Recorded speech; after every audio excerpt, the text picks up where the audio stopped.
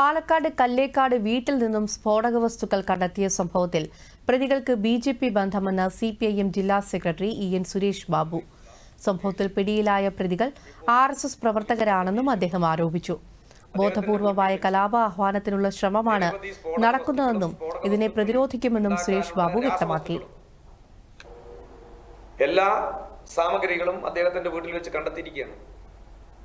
ആ പ്രദേശവും RSSന് നല്ല സ്വാധീനമുള്ള പ്രദേശമാണ്.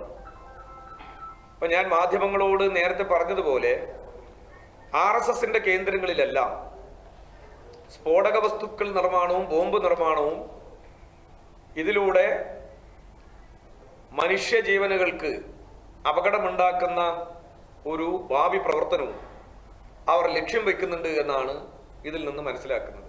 ഇപ്പോൾ പോലീസിന്റെ അന്വേഷണം വളരെ കാര്യക്ഷമമായി തന്നെ നടന്നു എന്നാണ് ഇതിലൂടെ മനസ്സിലാക്കാൻ കഴിയുന്നത്. നമ്മൾ കണ്ടതാണല്ലോ മാധ്യമങ്ങളോട്